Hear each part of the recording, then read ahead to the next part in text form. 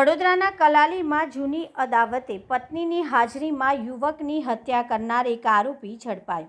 વડોદરા શહેરમાં ગુનાખોરીની વધુ એક ચોંકાવનારી ઘટના સામે આવી છે. કલાલી વિસ્તારમાં પ્રસંગમાં ગયેલા 28 વર્ષીય ગિરીશ ભાલિયાની જૂની અદાવતના કારણે કરપીણ હત્યા કરવામાં આવતા સમગ્ર વિસ્તારમાં ચકચાર મચી ગઈ છે. મળતી માહિતી મુજબ ગિરીશ ભાલિયા પોતાની પત્ની સાથે એક પ્રસંગમાં હાજરી આપવા ગયા હતા. દરમિયાન જૂની અદાવત રાખતા શખ્સોએ તેમના પર જીવલેણ હુમલો કર્યો હતો. આરોપીઓએ ગિરીશ પર છરીના ઘા ઝીકતા તેઓ ગંભીર રીતે ઘાયલ થયા હતા.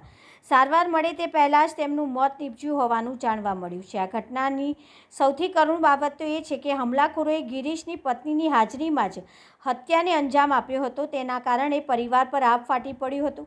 મૃતકના પરિવારજનોએ કરણ અને દર્શન મારવાડી નામના શખ્સો પર હત્યાનો આક્ષેપ કર્યો. એકના એક પુત્રને ગુમાવનાર માતા પિતા અને પિતાની છત્રછાયા ગુમાવનાર નાની દીકરી માટે આ ઘટના અસહ્ય દુઃખદ બની છે. પરિવારજનોએ આરોપી સામે કડક કાર્યવાહી અને ન્યાયની માંગ ઉઠાવી છે.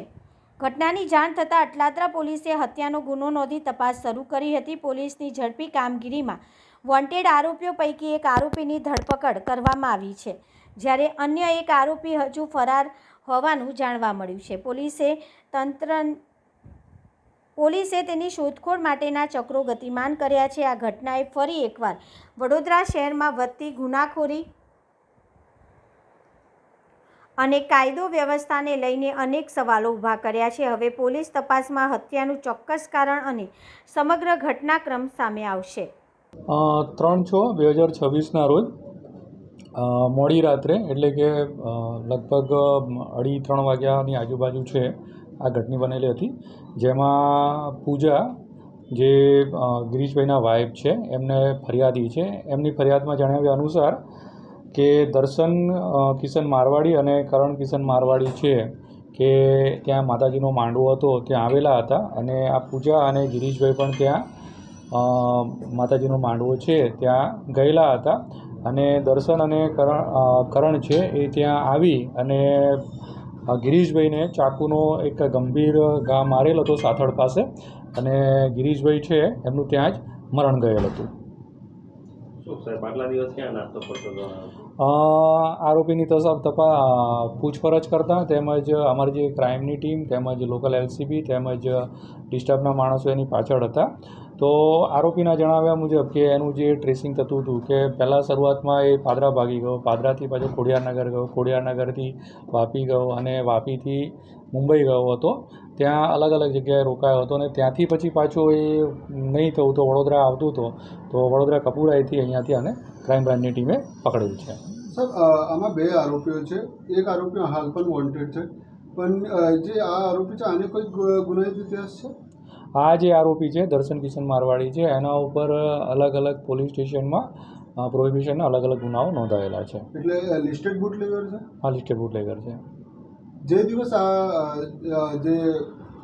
જે દિવસ આને આ મર્ડર કર્યું એ દિવસે નશાની હાલતમાં હતો?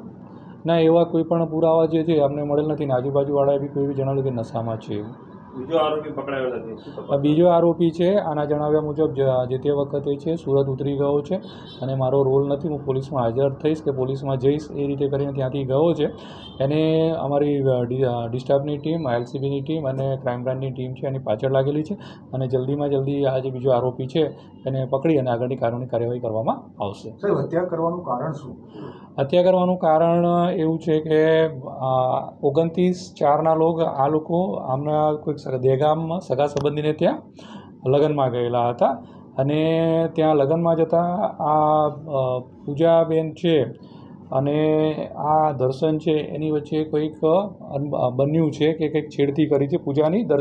દર્શને આ પૂજાની છેડતી કરી હતી, અને તે વખતે ત્યાં પણ ખાસી બોલાચાલી થઈ હતી. અને એ પછી અહીંયા આવીને આ લોકોનો સમાજ છે, સમાજમાં આ દર્શનને આ લોકોએ માફી મંગાવડાવી હતી, અને એમાં એનું અપમાન થયેલું એવું લાગતું હોય એની અદાવત રાખી અને એણે જે તે દિવસે આ ગિરીશ છે એની હત્યા નિપજાવી છે. આ લોકો જે ચાકુ મળી આવેલ છે અને ત્યાં ગયા હતા, કેમ કે આ ગિરીશ અને પૂજા છે ત્યાં લગભગ 12:30 પછી ગયા હતા, અને આ લોકો પછી ત્યાં પહોંચ્યા હતા 2 જણા. તો આગળની તપાસમાં ખ્યાલ આવી શકે કદાચ આ પ્રી પ્લાન પણ હોઈ શકે.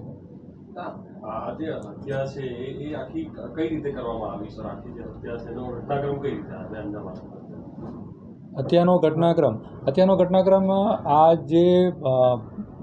જે ફરિયાદી છે એના જણાવ્યા મુજબ એવું કહે છે કે અમે લોકો 12:30ની આજુબાજુ છે ત્યાં માતાજીનો માંડવો છે ત્યાં ગયા હતા અને એ દરમિયાન પછીથી આ બંને પણ ત્યાં પહોંચ્યા હતા અને એમણે પાછળથી જ હુમલો કર્યો હતો અને ધારદાર ચપ્પુથી એને જાંઘમાં મારી દીધું હતું. નજરે જોનાર જે બંને જે છે ફરિયાદી અને બીજા એના પિતરાઈ ભાઈ હતા એનું કે ત્યાં અચાનક હુમલો કરી અને મૃત્યુ નિપજાવેલ છે. આમાં એકતરફી પ્રેમનું કારણ બની શકે? એકતરફી પ્રેમ હોય નહીં, એકતરફી પ્રેમનું એવું તેવું નહીં, પણ આ છેડતીનો બનાવ છે અમારી ધ્યાનમાં આવેલો છે.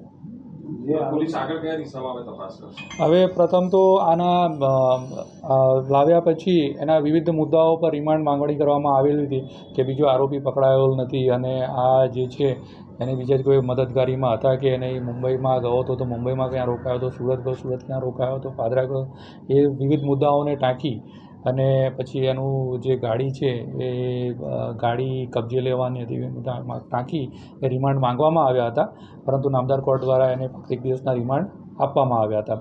હવે આગળની તપાસ છે કે જે બીજો આરોપી છે એનો સહ આરોપી છે એને જલ્દીથી જલ્દી પકડીને આગળની કાર્યવાહી કરવામાં આવે.